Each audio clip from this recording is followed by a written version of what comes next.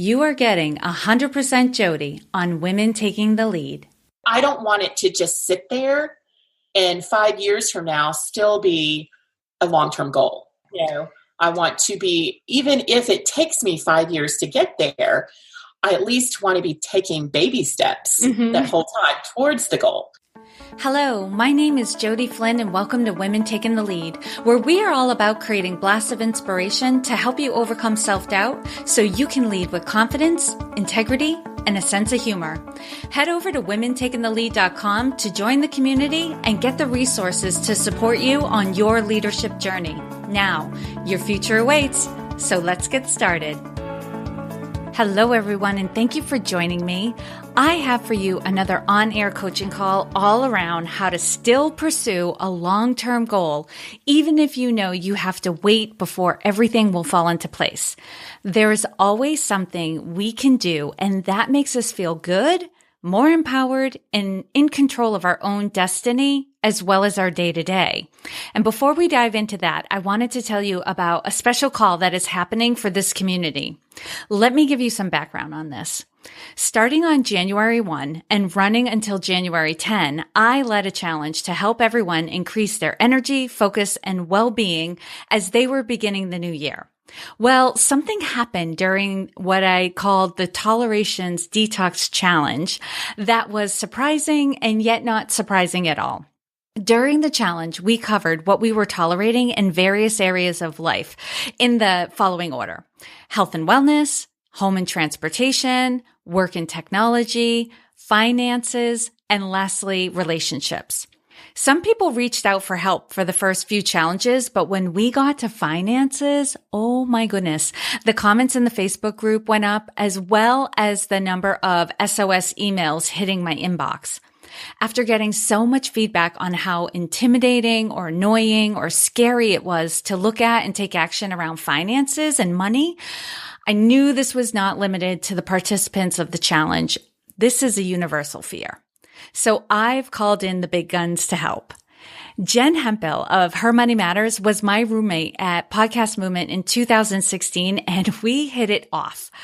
I love her energy, insight, and genuine compassion for women who struggle with their personal finances. She and I have been on each other's podcasts, and her episode on Women Taking the Lead is the most downloaded episode to date. She is about to be a published author on the subject, so she's got the subject of money down.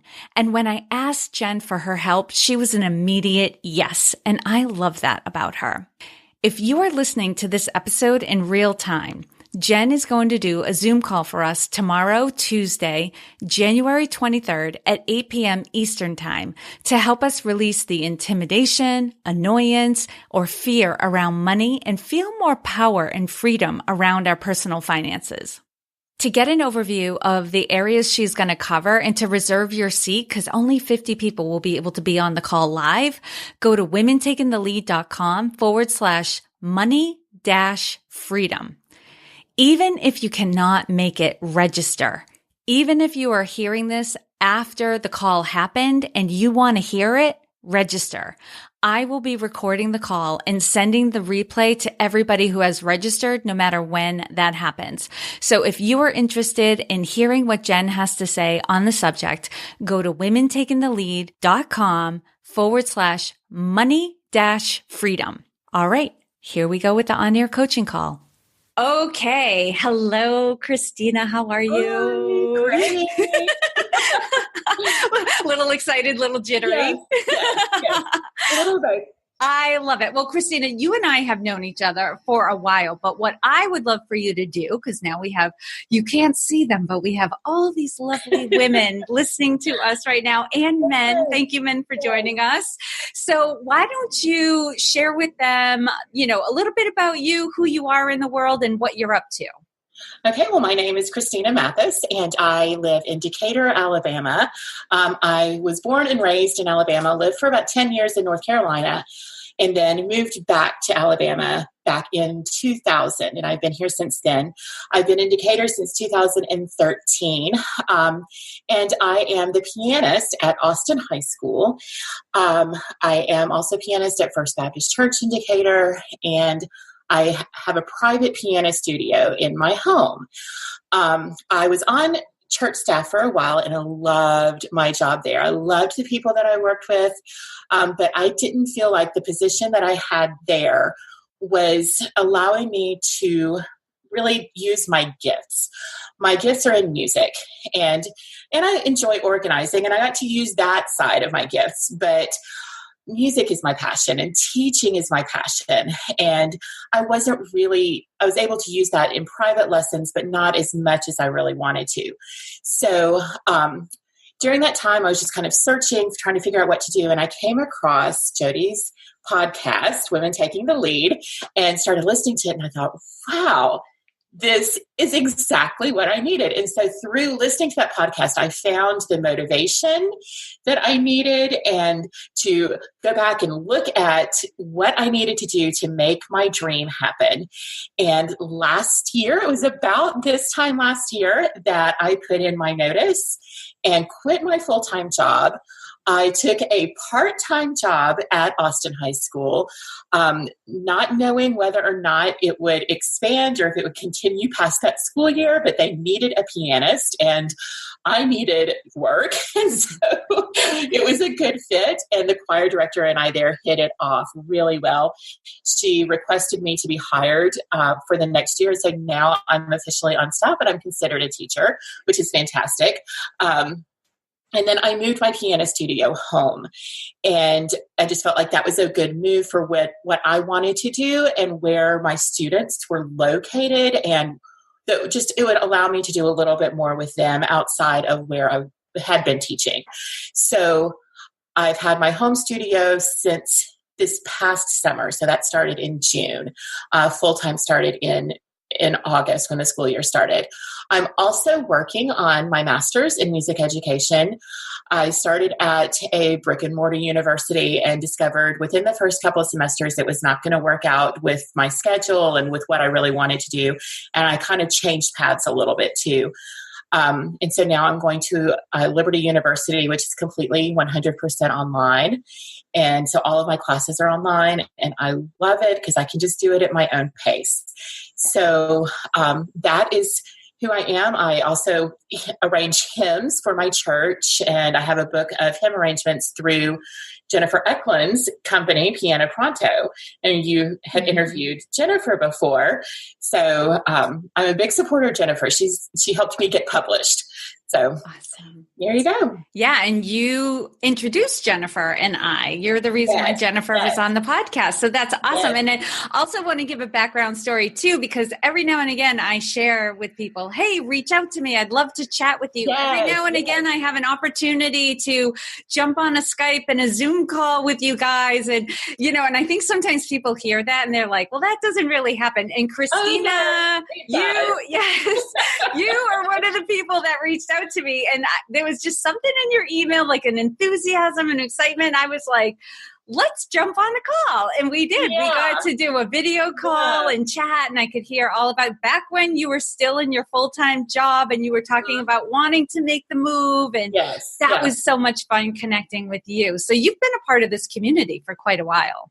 I have. It's been about probably a little over a year when I found your podcast. I think it was the end of 2015, maybe, or 2016, and early 2017. So, so I've been following you for about a year, and you said reach out, and I took you at your word.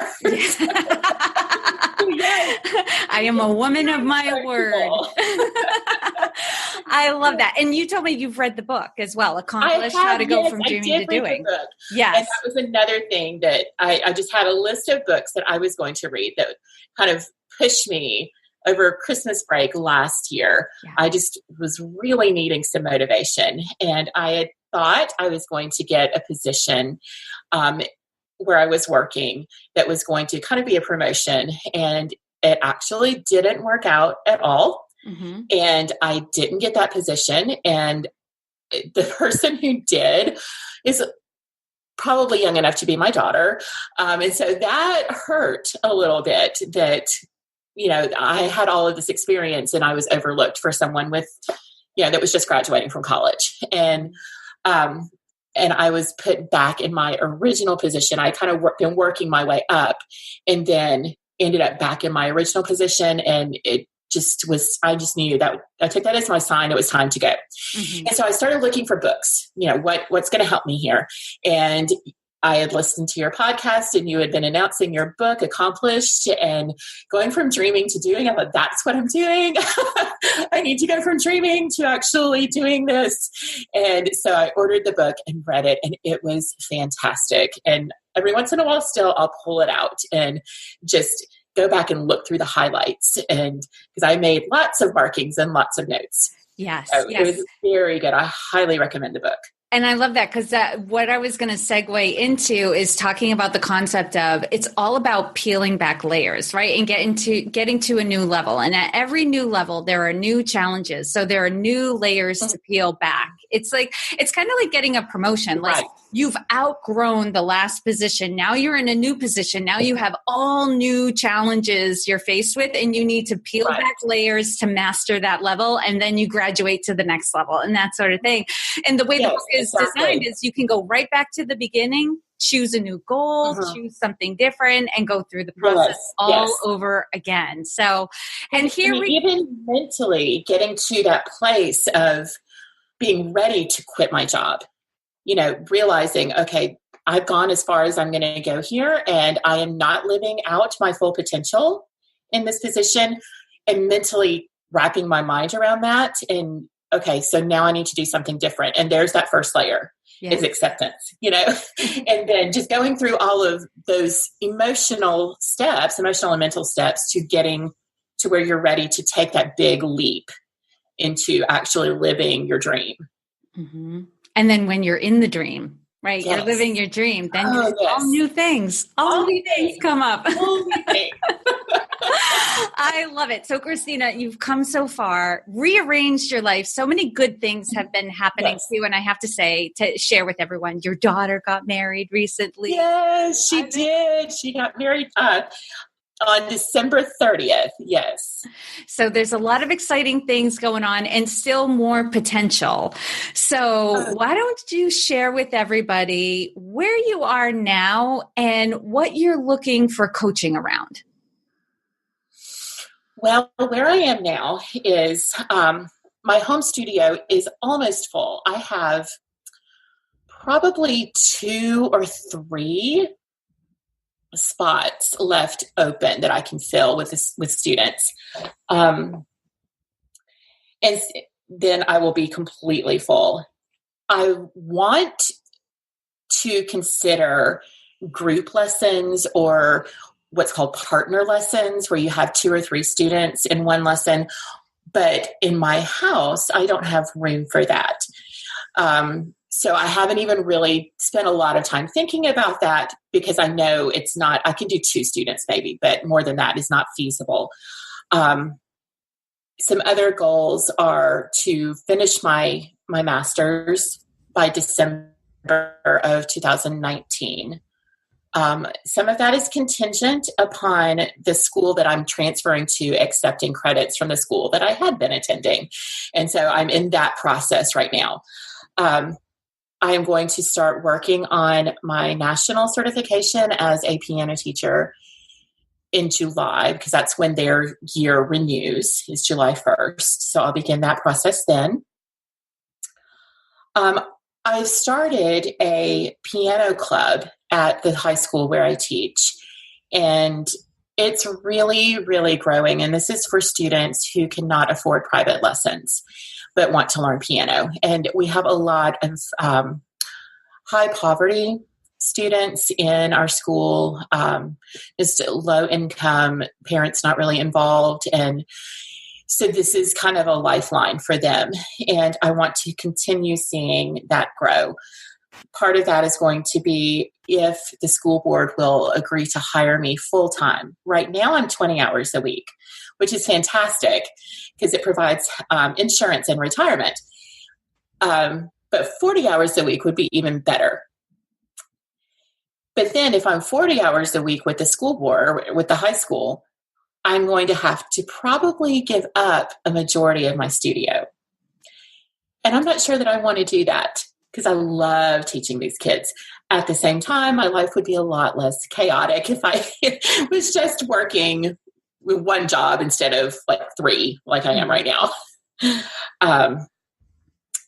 As far as my studio goes, one dream I've always had is to mentor beginning teachers, and long-term, 5, 10, 15 years down the road, have a school that is specifically for that purpose, where I have a master teacher or 2 in each instrument that's offered. And then underneath each master teacher, they would have 2 or 3 student teachers. So there's a lot that goes into piano teaching that people don't understand. I mean, I think you know how to play the piano, you can teach it. And that's not always the case.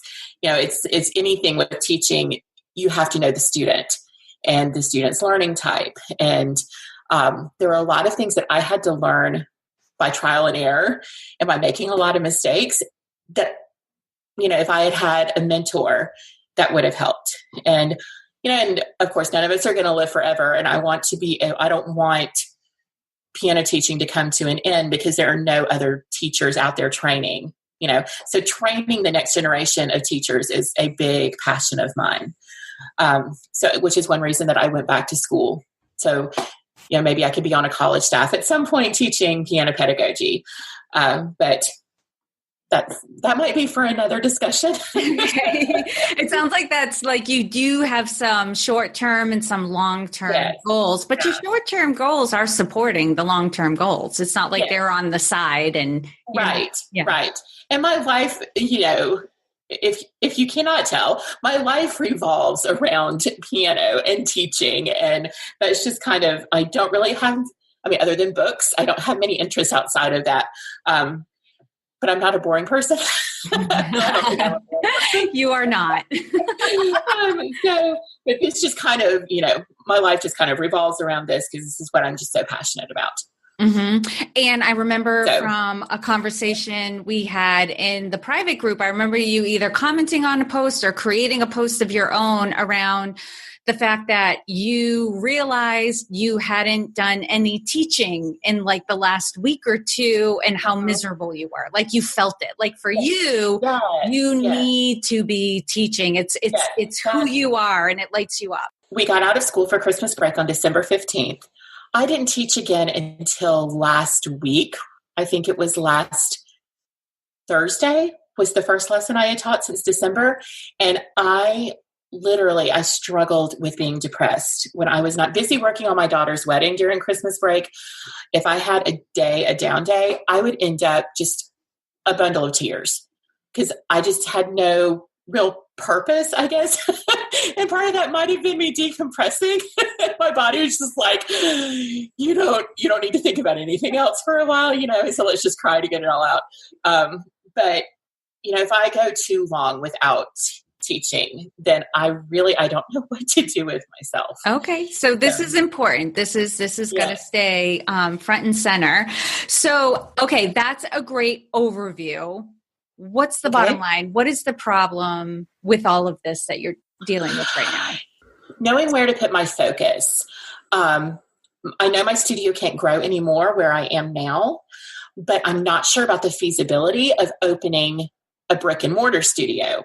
Right now, at my location, in my house, about 80% of my students live within 2 miles of me.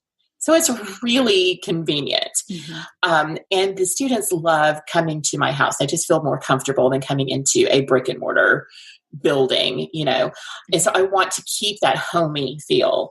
And if you get a full-time job with the high school, you're going to be cutting back on the amount of students. So if you invested and got into a contract for a studio, you might find yourself in a financial bind. Right, exactly. Yeah. But I don't want to cut out completely all of my students in case for some reason my job with the school system ends. Right. Because that, you know, you just never know how school boards are going to vote or how things are going to go. And I've known teachers that had very stable jobs just out of the blue for absolutely no reason, get a pink slip. So let me give you an overview of what I've been hearing, and then you can tell me where we need to go from here, or maybe I don't have all the information. So you have the home studio that is filling up. You've got 2 to 3 spots open. You're thinking about expanding into doing partner lessons, but you don't really have the space for group lessons right now. We've already kind of like checked getting your own studio, or I should say, crossed it off the list for now. So you could potentially partner teach, but not group. You are finishing your master's potentially in December of 2019, and then you're going to be going for your national certification as a piano teacher, but that process won't start till July. There's the potential for the piano club, but that's really dependent on your being a full-time teacher at the high school. And then you also have, and if you are a full-time teacher, you do have to cut back on the amount of students you're seeing in your home studio. And then you have the long-term vision of the school mentoring beginning teachers, right? And yes. Structure. Okay.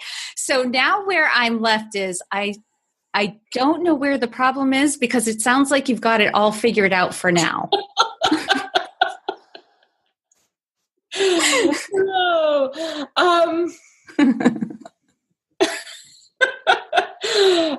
Maybe I do. I don't feel like I do. Okay. What's making you feel like you don't have it figured out?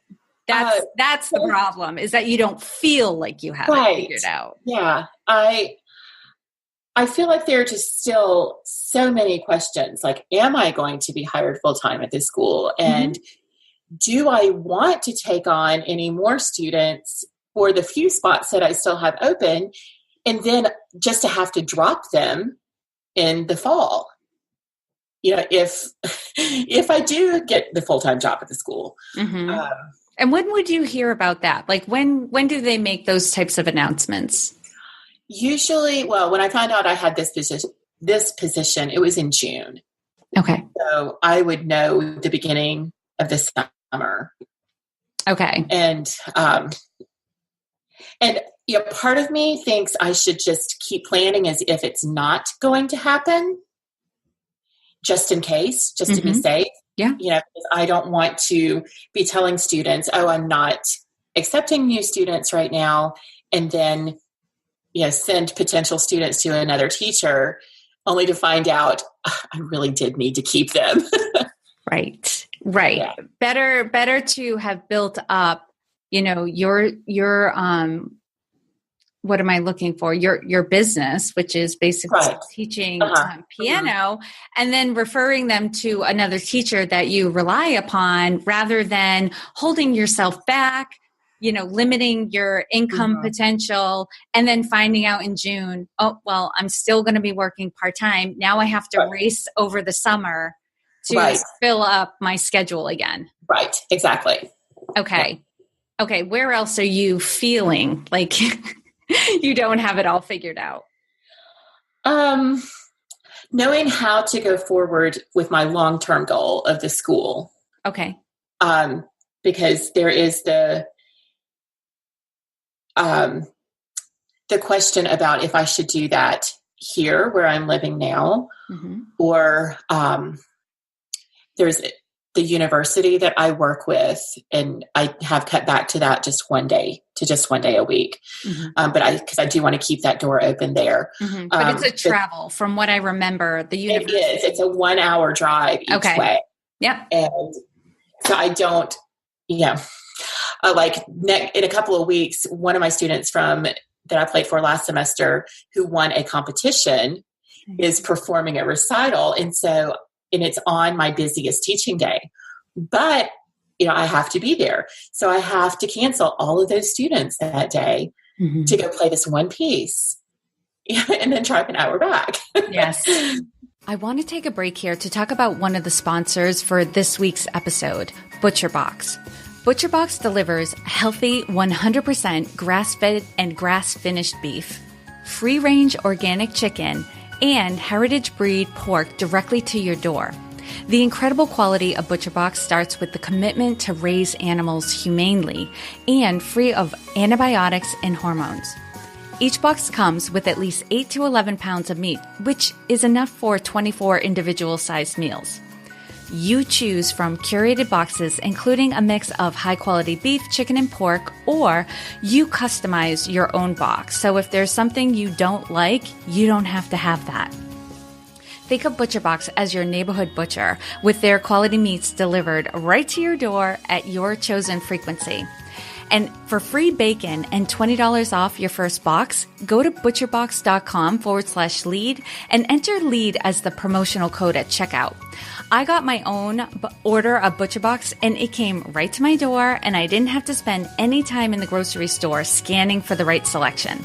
Also, one of my friends, who is also a client, was having an annual team meeting at her house, and her husband was going to be cooking lunch for all of them. I offered some of the selection of meat from my order of ButcherBox to try out because I wanted to get more opinions on it. And her husband made chicken dumpling soup, and they loved it. The word back was the chicken was delicious. He has also cooked 2 different kinds of steak for us, and we were all impressed with how yummy it was. Again, for free bacon and $20 off your first box, go to butcherbox.com/lead, LEAD, and enter lead as the promotional code at checkout. It's an inconvenient, and I love what I do. It gives me that outlet of performing that I really need. But it's a hassle, Mm-hmm. you know?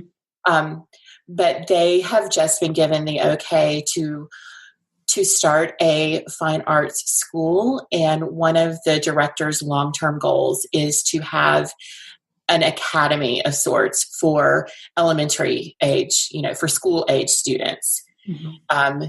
Kind of like Juilliard has their school age program that mm-hmm. they offer, private lessons. And so he and I have talked about, he knows how much I enjoy teaching, and he and I have talked about me teaching at that. And that could be working through the university. That would be a great way to mentor those teachers.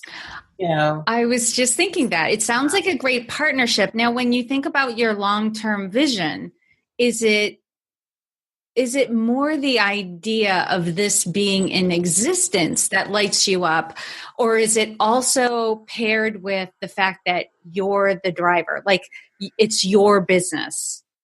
I love the idea of it being my business. Okay. I've always wanted to own my own music school. And in fact, there is one in that town where the university is that is still in existence. And from what I understand, they're still doing fairly well. But every time I drive by it, I think I want to buy that school and take it over. That's part B of my dream. Mm-hmm. Would be to own my own music school. So that this would be a good way for me to do that in conjunction with what the university has going on. But at the same time, I don't know that that's a given. I don't know that or how long it's going to take for that to open up, if that makes any sense. Which piece of it? The university's fine arts school, or the potential of maybe buying this other business? The Fine Arts Academy at the university. I don't know, because we have talked about it, but there are no contracts, or there's mm-hmm. Nothing else really has been said about it. We've just kind of talked about that. That's something that the director and I have both thought about. Yeah. And how does this Fine Arts Academy, like if it was in existence, how does that help you towards your dream of creating this school with the mentorship program? I think I would be able to work in conjunction with the university in training the music ed majors that come through. That I've worked with a few of them from this college after they've graduated. Okay. And they'll post that they're starting their own little studio, or that they're starting to teach private lessons. And I'll just message them and say, hey, I saw your post, and, I've been teaching for almost 30 years. Please let me know if you have any questions. I would love to help you. And, probably 98% of the time they've messaged me back, say, oh, please, I would love to have somebody help me. I have no idea what I'm doing. Okay, perfect. So your business would be the next step after this Fine Arts Academy when it's in existence. Okay, that's more clear. Okay. No, that's perfect. So it doesn't exist yet, and you want to feel like you're moving toward this vision that you have. What else could you be doing to start, bringing the pieces together, even if you don't know how it's all going to work out yet? That's where I'm stuck. That's what I don't know. I'm not really sure what to do to move in that direction, other than to keep teaching and keep raising up teachers. And right now I've got 1 or 2 high school students, but I don't know if either of them would be interested in teaching younger students because they're already so busy with other activities. Right. Other than this Fine Arts Academy, how have you been finding these new teachers? Honestly, they are friends of my daughter's. Okay. My oldest daughter is at this college studying music performance, and because I'll go to all of her recitals, and I am on staff there as an accompanist, and so some of them I have played for their lessons or their juries or whatever. And so they'll send me a friend request on Facebook, and, which kind of drives my daughter crazy that her friends think I'm so cool. She's like, my mom really is not that cool. Not to her, but you're cool to me. No. They will post, after they've graduated that they're starting to teach, and so then I reach out to them. And my daughter is actually trying to get some violin students in that town. And so she had to kind of eat her own words and call me the other day and say, can you help me out with policies? Because I'm not really sure what to do. Okay. So what year is your daughter at the college? Because what I'm thinking is right now she is your pipeline to, finding these new piano teachers, but she's not going to be at the college forever. No, she's a junior. Okay. So a couple more year and a half. Year and a half, yeah. Okay. How else would you get connected to, piano students at the college or university? Well, I have a good friend who is the organizer kind of all of the accompanists that are on staff there. And so I could talk to her and just tell her this is something I'm interested in doing, because she does not teach. She is solely an accompanist. And we kind of joked about that because she's so great at what she does, but she cannot stand to teach. So, and that's where I come in. It's perfect. Great. So she plays and I teach, and but yeah, I could talk. I hadn't even thought about that. I could talk to her and just share this with her. Yeah. Yeah. And I'm going to throw this out there because I just got a vision of it. Okay. Is what are the chances of maybe you doing a presentation at the university for, the piano students there to talk about, hey, have you ever thought about earning income teaching other people? That's a really good thought. That's a really good thought. I'd never even considered that. College students are poor. Yes, they are. Right? When you talk about like the ability to earn income doing something that you love to do anyway, right? That they don't want to be working at a restaurant while they're, playing. They love to play piano. They are at a college university setting playing piano all the time because they love it so much, and it's why they're getting their degree in that field. They want to make money, but they want to make money doing it now, like not just someday. Yeah. I know that there is one student there. I think he's a senior, and he offers help for the other college students, but in like piano class or piano theory or whatever. But I don't think that he offers lessons outside of that. So, and teaching and lessons, how to give lessons and how to give lessons. Right? Yeah. That's different. Student himself. Yes, exactly. Okay. That gives me some things to think on. I like that. Right. And so right now what you're doing is you're building up your network. So that someday when you have this all figured out and the program in place, you already have essentially, what we call like a list. Right. So Mm-hmm. right now you're building an unofficial list of people who Right. want to teach piano, because that's your audience, is people Right. who are beginners and want to teach piano and want to make a pretty good living at it, whether they're doing it part-time or full-time. Right. They want to do it well. And you can teach them not only how to teach another person how to play piano, but also how to handle the business side of things, right? Right. Where do you Right. find your students? How do you talk to the parents? How do you collect money? How do you handle different situations? You have so much experience in this area that you can help them avoid most of the major pitfalls. That's true. Right. That's a really good way of pitching that to the head of the music department as well and presenting. Yeah. Okay. Right. Because if you look back, how many mistakes did you make over the years that you were like, so many. Right? You could probably list out the stories, and actually I'm going to invite you to do that. I want you to make a list of all the different mistakes you made, when you were starting your own business, because that's what you can teach other people. Like you can, that could be, if someday you ever had an opt-in, that could be like what you would give away for free for an email address, like the 50 mistakes I made my first 5 years in business, right? Yeah. As a new teacher, wouldn't they want that? But it could also be a part of your curriculum. But then you could probably also make another list of all the things that made it worth it. Yes. What was fulfilling about it? What, it's not just about the money. What were the other things you got from being a teacher? What did you learn? What did you get? It's the fulfillment piece of it. That's also a big part of it's going to sound so tacky as I say this, but it's the sell. Right? I'm going to help you avoid all the pitfalls, but I'm also sharing with you all of the profit. So awesome, right? Yeah. Exactly.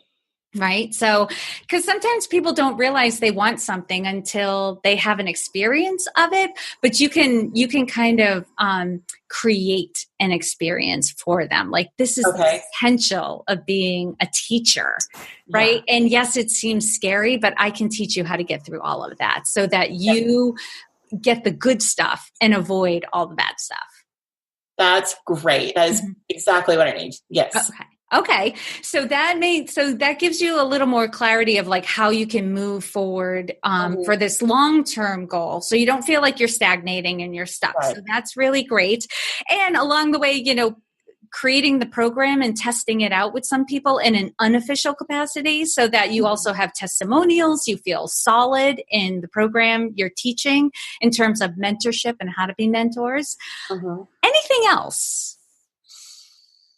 Let me look at my list again. So I'm all about lists. Christina, I love lists. Are you kidding me? I don't know what I would do with that list. Yes. And then, getting the school started and then finding the master teachers, which I don't think that part would be quite as difficult. Because if we have a school through an established university, then professional teachers, quality teachers are going to want to teach there. Okay, explain that to me. What's in it for them? What's in it for them is there was actually a conversation on a piano teaching page, a piano studio owner page about this past week. What's in it for them is the ease of finding students, that they don't have to go find their own students. We have the students for them. The master teachers will be responsible for mentoring, and so they would be trained in how to mentor, and they would have lists of, because I'm a list person, they would have lists of checklists of what they are looking for that each student teacher is able to do. Are they greeting the students? Are they checking assignments? Make sure that they're not sitting on their phones the whole lesson, because I have seen that. Making sure that they are involved with the students, things like that. Then the studios that I have taught in frequently have done my taxes for me, like taken out my taxes from teaching. So I'm actually getting a W-2 instead of, is it the 1040 that you get otherwise, or the 1099? 1099. Yeah, that's what it is. Yeah. So I taught in one studio that I did get a 1099. And then this last one I taught in, I got a W-2, and it was just nice to have that done. Right. When you're used to W-2s to keep getting that, right? Yeah. So they didn't have to, so that could be a pro. And then just kind of the clout of saying that I'm teaching through the university academy. That in itself is, when I was living in Birmingham, there is a big university there that has a fine arts academy, and everybody wanted to teach there because, you could say that you taught at this certain academy. It was just really very respected in the community. So there's that aspect of it. Right. So there's multiple benefits for them. They don't have to hunt down their own students. Their taxes are taken. They're essentially an employee of this academy, and there's the prestige of it as well. So you've hit some of the major benefits that people are looking for, money, ease, prestige. Well, and then too, if they have a student cancel, it depends on how much the academy is willing to do, but some fine art schools will handle scheduling as well. And, if a student needs to cancel, then it's not the teacher's responsibility. They contact the school instead of the teacher. Okay. And that's, ease in scheduling or help with scheduling. That's a huge deal. Because scheduling is a major headache for a lot of piano teachers. I can imagine. You've heard me talk about this in the Facebook group, where scheduling can sometimes feel like the bane of my existence. Yes, because it's unproductive time. It's just back and forth. Back and forth. Yeah. So I totally get that. Okay. So now I feel like we've cleared away a lot of the confusion and where you were experiencing some doubt about this. So let's put you into action. Let's create a plan. Okay. So what are your next first steps to put this in motion? In reference to the school. Is that what we're talking about? Okay. Yeah. The sense I'm getting with all your other goals, they're all taken care of. It's either like kind of keep doing what you're doing and wait to find out. It's going to, you're waiting for answers. You're waiting till July. You're waiting to see, so they're in motion. And if something comes up, you can definitely post in the group if you need support or anything like that. It's this long-term goal.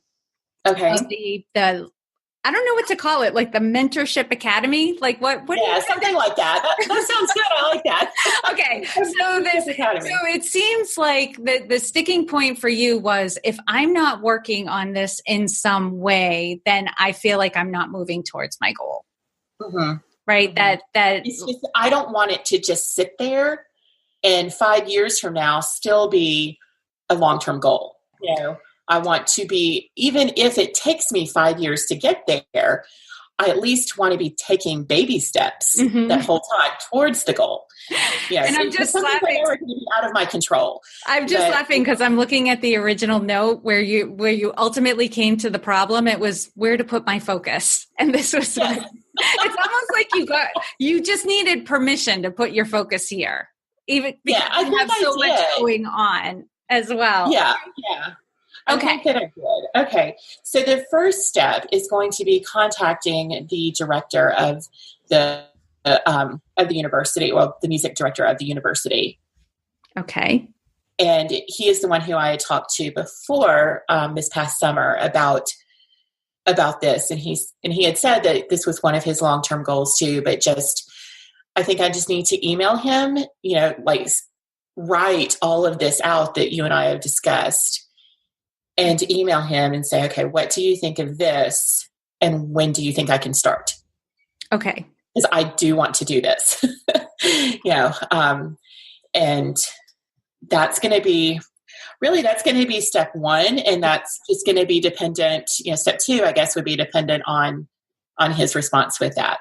And then if he says, this is something we need to put on hold for a year or so to get the other program the university program going first, then so be it.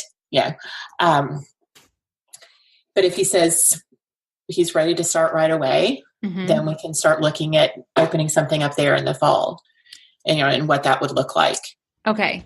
Here's my thing. You're doing enough waiting in other areas of your life. I don't want you waiting on this one. If he says this isn't going to happen for another year and a half, what can you do in the meantime? What are some actions you can take?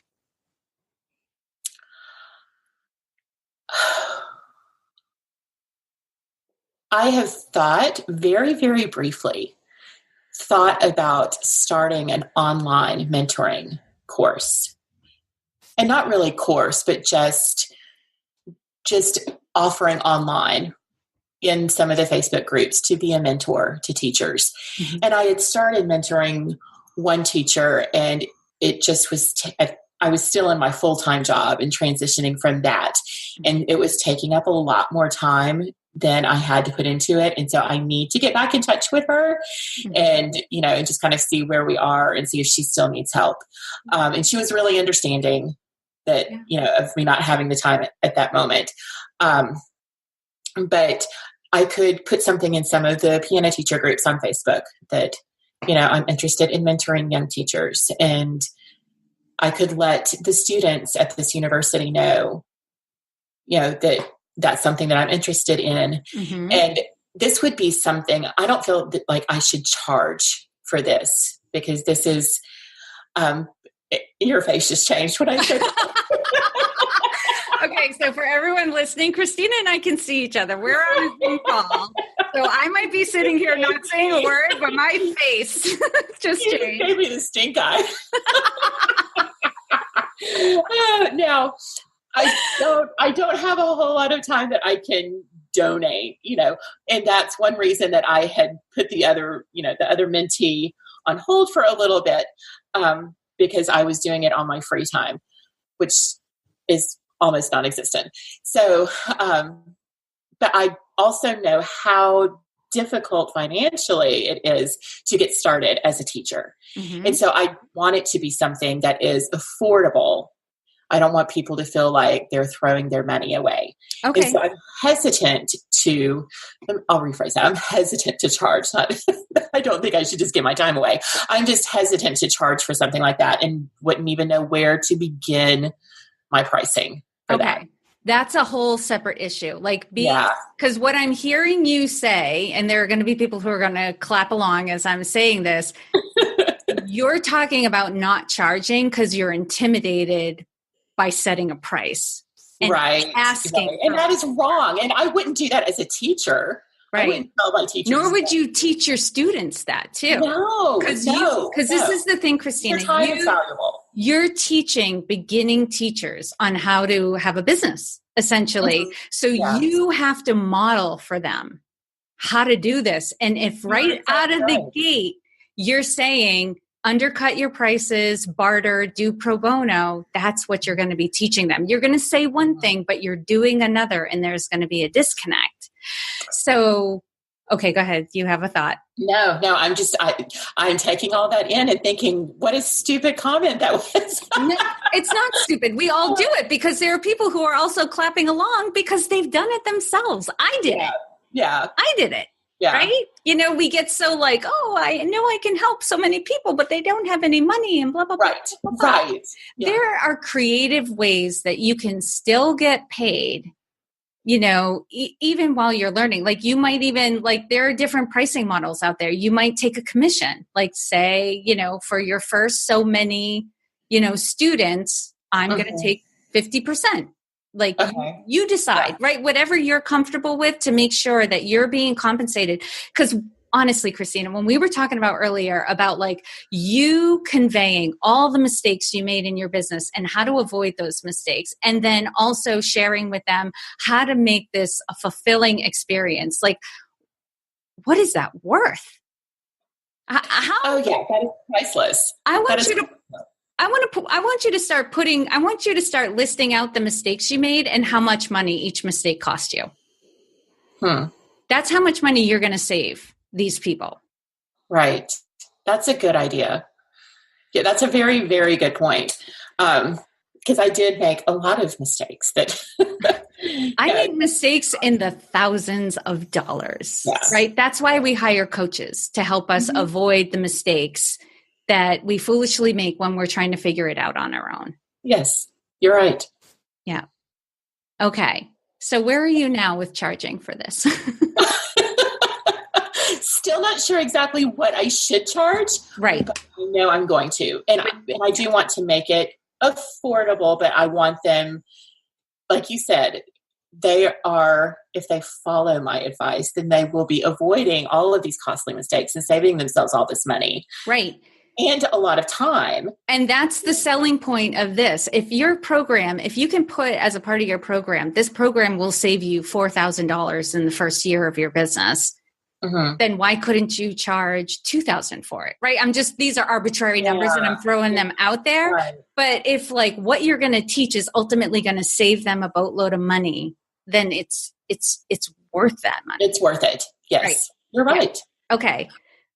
All right. So you're going to create this. And this is the thing. Before you talk to anybody about this program and what you're going to charge for it, I want you to be clear of the value that you're offering. So you need to write out like what they're going to get from it, what they're going to learn, how much money they're going to save, like the earning potential, like how much money they'll be able to charge, if they're taught the things that you're going to teach them. And then it sounds like you have a pretty good idea of where you can put feelers out for people who might be interested in being a part of this. Now, I will say this, Christina, you might offer a discount for the first couple of people who go through your program and I say discount, but you're still getting value because what you're going to ask them for is a solid testimonial at the end of it. Right. Because testimonials actually help you to sell your program down the line. So it's worth it. You're not getting cash, but you're still getting value. Right. And in that, the agreement is they give you a testimonial. If they feel like it's worth it. Right. That's part of it. Right. It has to be a genuine testimonial, but knowing you, it's going to be fantastic. Oh, well, thank you. You're welcome. Okay. So you can get started. Yeah. Right away. I feel so much better about this now. Okay. I have more focus and know what I need to do to take the steps forward. Okay. Now, here's the thing. You have your action steps. We're not going to get into it on this call because I know you're super organized with your lists and your calendars and your schedules and all of that. But I want you to plug in because you are, going to school and you've got the certification coming up in July. I want you to have on your calendar, like, how much time can you dedicate to work on this and plug those time block your calendar for when you're going to be working. Yeah. Right? Yes. Absolutely. Yep. Yes. And if you ever find yourself hesitating or unclear, I want you posting in the Facebook group that you need support. Yeah. Oh, absolutely. I will. I am not afraid to ask for support. Awesome. I love that because there's plenty of people listening along. There's plenty of people who are in the Facebook group who've been where you are, and felt that hesitation because they weren't sure and all of that. And I just don't want to see you get stuck there. This is a great idea. Right? And needed, right? Yeah. Imagine if you had somebody like you when you first started teaching. Yeah. Yeah. Oh, I could have done so much more. And because I had to learn so much by trial and error and, just even knowing which curriculum to use and how to kind of assess each student to see what their learning style is. That's just not something that's really taught in the classrooms. And a lot of private teachers have degrees in performance.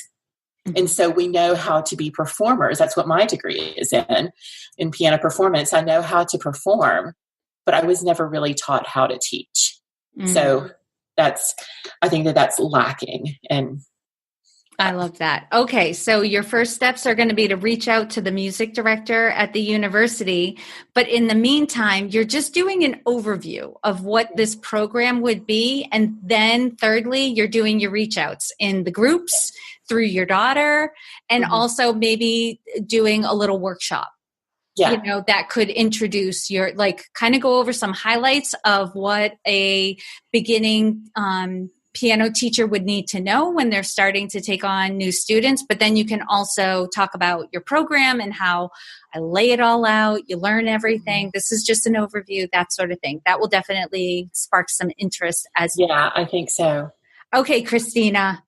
Where can people find you? How, if people want to reach out to you and hear more about your program or what you have going on, or who want to support you, right? Maybe be an accountability partner or start up a mastermind group. How would they find you? Okay, well, you can email me at Christina, Christina .Genae, GENAE @gmail.com. And I am on Facebook at Christina Mathis Music. And then I'm on Instagram at Christina Mathis Music.